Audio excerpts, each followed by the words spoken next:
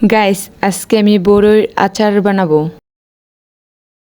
প্রথমে নিলাম কিছু ধনিয়া পাতা, তারপরে নিলাম গাছের কাঁচামরিচ, তারপরে একটু লবণ নিলাম। লবণটা আপনাদের পরিমাণ মতো নেবেন। এখন আমি বাটতেছি সবগুলো অ্যাডজাস্ট করে।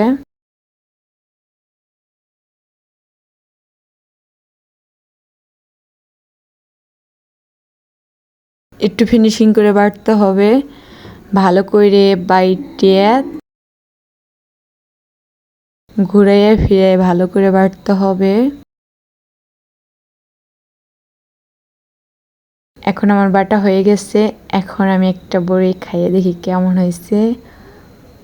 ও, সেই লাগতেছে। আমার এইভাবে বড়ি খেতে খুবই মজা লাগে, ধনেপাতা কাঁচামরিচ লবণ দিয়ে। আপনাদের কার কার মজা লাগে, তো ভালো লাগে কমেন্ট করে যাবেন। এখন আমি বড়িগুলো নিয়ে সবগুলো একটা একটা করে ছেঁচবো। গ্রামের জিনিস খুবই মজা, তো যারা গ্রামে থাকে তারা এই মজার খাওয়ানগুলো খাইতে পারে। আর গাছের জিনিস তো কোনো তুলনাই নাই। গাছের বড়ির খুবই সুস্বাদু।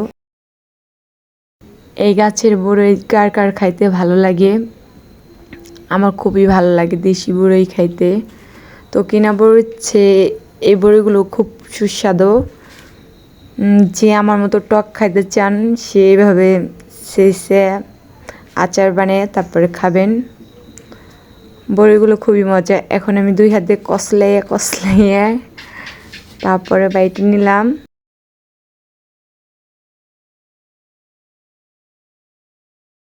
দেখেন কিভাবে বাটতে হয়, মানে হালকা করে বাটবেন। যদি বেশি গাঢ় করে বাটেন তাহলে ভিজলে হয়ে যাবে, মজা লাগবে না।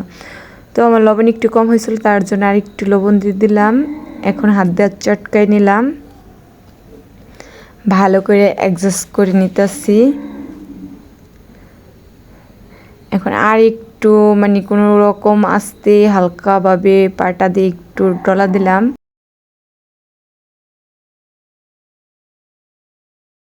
এখন আমার পুরো কমপ্লিট হয়ে গেছে। এখন পেস্টটা ধুয়ে এখন পেস্টের ভিতরে নিলাম।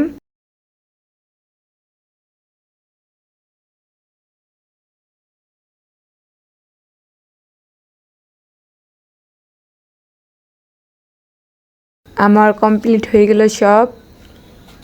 দেখেন কত সুন্দর হয়েছে।